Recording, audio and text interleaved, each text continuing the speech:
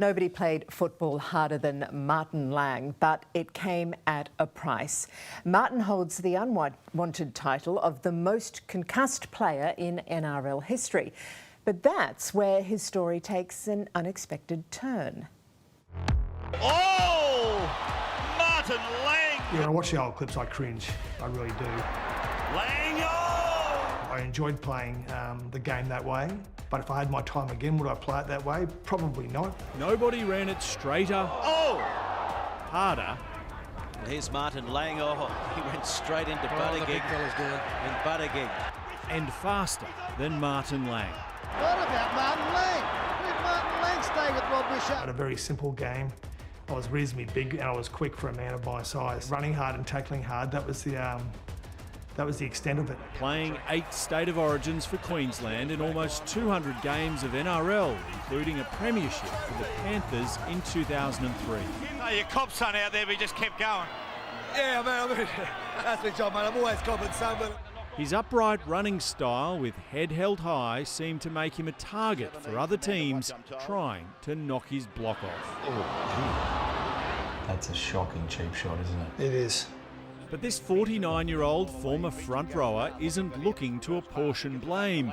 He wants to be part of the solution for concussion-related injuries. I almost fell into it a little bit. When I was playing football, I never sort of dreamt that I'd be doing a concussion-related study. We can now call him Dr. Martin Lang, having spent the past 4 years completing a PhD in neuroscience at the University of Newcastle. It's coincided with him welcoming baby Josephine into the world with his wife, 9 News sports presenter Dominic Loudon. How proud are you of Martin's PhD? Oh, incredibly proud. It's been years of work, years of him getting up at 3 a.m. even before work to start doing his research, going to work, coming home, having dinner, back on the laptop to do more research. Lang also runs a business supplying spinal surgery devices, meaning the conversations the couple share at home can be quite complex. And the terms that come out of his mouth when he tries to explain to me what he's doing, I just have to say, that completely went over my head. I did not understand any of those long words and all that medical jargon. Now this prop-turned-neuroscientist hopes to develop a more accurate diagnosis for concussion using blood indicators at Griffith University. I would like to be able to assist with diagnosing concussion in a more objective manner on the run as opposed to after the event. How tough is he? Lang has plenty of first-hand experience on the topic. When he retired aged 28, he had suffered the most concussions of any player in NRL history. Lang! Oh! Ricketson hit him with a shoulder! How many times did you get whacked in this grand final game? I got concussed twice in this game. Twice in one game? Yeah. Lang looks to me as though he's lost his balance. For much of his career, his father, John Lang, was his coach, giving him a front-row seat to the carnage. Did he ever try to encourage you to put a sidestep into your game? He most certainly did. He did, but it was sort of it was in one ear and out the other. Lang is glad there are now mandatory 11-day stand-downs for concussed players, along with bigger penalties for high shots like those he suffered. Martin Lang has come back like a runaway tram. Someone would have got sent off for that nowadays, wouldn't they?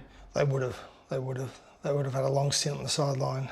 At this point, Lang is showing no effects of lasting damage from all those bone-jarring hits. People ask me if it's a concern. It is a concern, but there's nothing I can do about it now, is there? It's been many years since I was concussed. At the moment, I'm okay, but you can't worry about something you can't control. So I'm just looking at keeping my mind active and doing the best I can. How have you felt seeing old teammates who are affected by brain trauma?